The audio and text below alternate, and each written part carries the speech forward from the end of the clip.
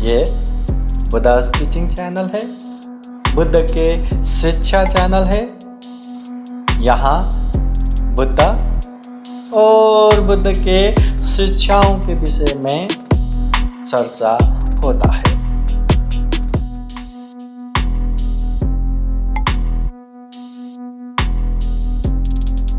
हम यहाँ विषय प्रारंभ करते हैं वर्षावास। आज का जो महत्वपूर्ण विषय है या महत्वपूर्ण आषाढ़ पूर्णिमा का संयोग है, आज के दिन से ही मतलब आषाढ़ पूर्णिमा से वर्षावास का भी प्रारंभ होता है। ये केवल अभी भिक्षु संघ मिलके बनाया या कहीं से चलो ऐसा करेंगे तो अच्छा होगा करके बनाया हुआ नियम नहीं है। ये स्वयं तथागत बुद्ध ने तथागत बुद्ध के समय से ही बनाया हुआ ये नियम है।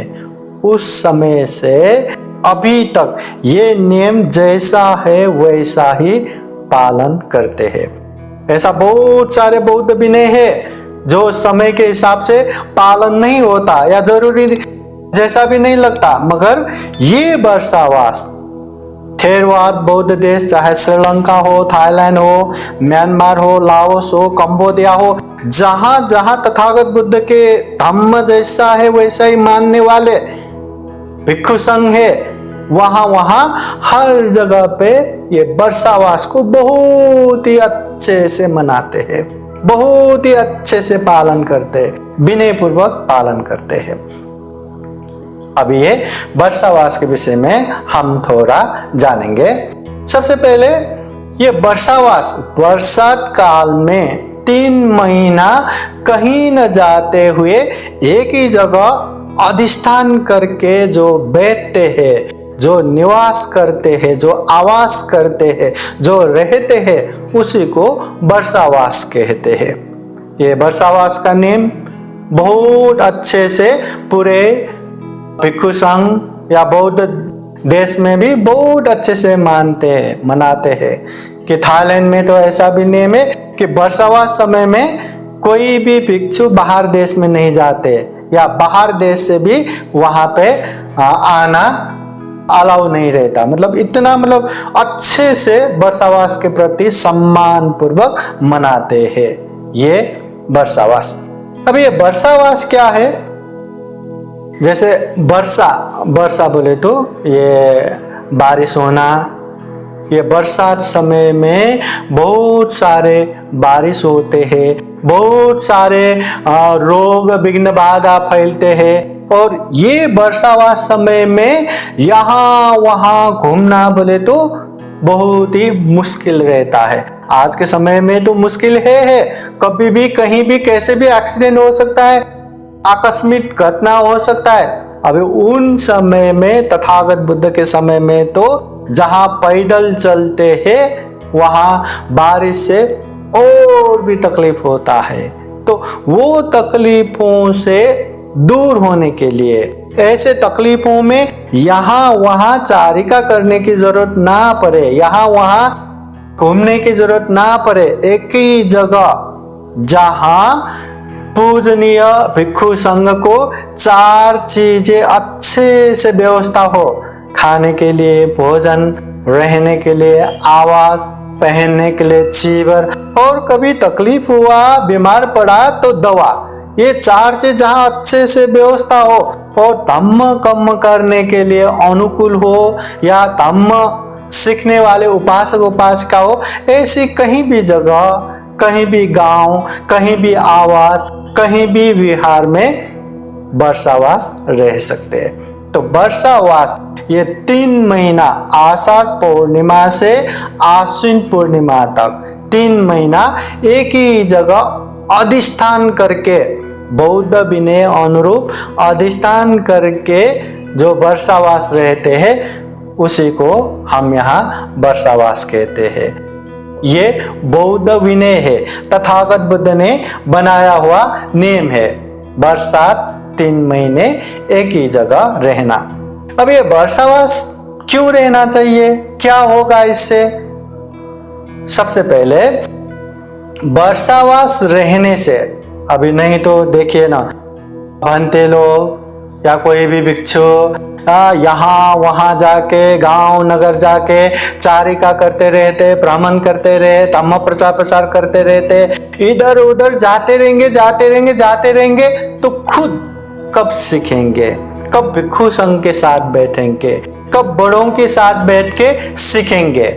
इसलिए ये वर्षावास 3 महीना एक ही जगह अधिष्ठान करके बैठने से, एक तो जो अपने बड़े भिक्षु लोग हैं या अपने आचार्य गुरु है या जो पंडित है, विद्वान है, ऐसे भिक्षुओं के साथ में रह के धम्म को और अच्छे से जानने के, समझने का मौका मिलेगा। ये सबसे पहला बहुत ही महत्वपूर्ण उपलब्धि हो गया। दूसरा, ये वर्षावास एक ही जगह रहने से वहाँ जो धम्मचारी है या धम्म में साथ में रहने वाले, चाहे भिक्षु लोग हो, चाहे उपासक उपासिका लोग हो, जो धम्म में पके हुए लोग या धम्म में जो पढ़े लिखे लोग, उन लोगों से धम्म चर्चा करने का मौका मिलेगा।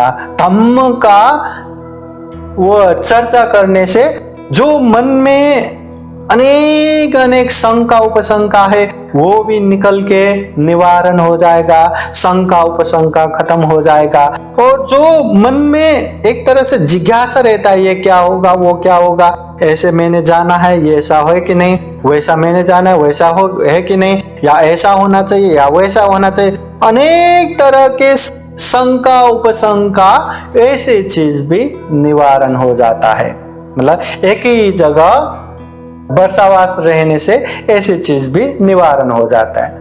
और सबसे महत्वपूर्ण बात, वर्षावास 3 महीना एक ही जगह रहने से जो धम्म, मूल धम्म, जो सही धम्म, जो तथागत बुद्ध ने जो उपदेश दिया है, दुख और दुख मुक्ति का मार्ग, उस मार्ग को अच्छे से जान पाएंगे, समझ पाएंगे और अभ्यास करने का मौका मिलेगा।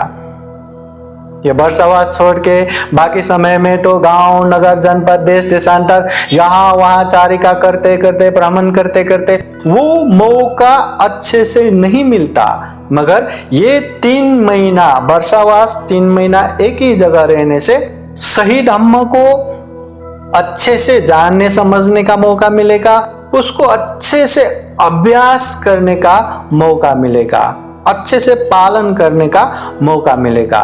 और यही अच्छे से पालन करने से, यही अच्छे से समझ के अभ्यास करने से तथागत बुद्ध ने जो बताया हुआ दुख मुक्ति का मार्ग फल है, चाहे श्रोतापत्ति फल हो, सकिडागामी फल हो, अनागामी फल हो, अरहत फल हो, ऐसे अनेक मार्ग फल भी प्राप्त कर सकते हैं।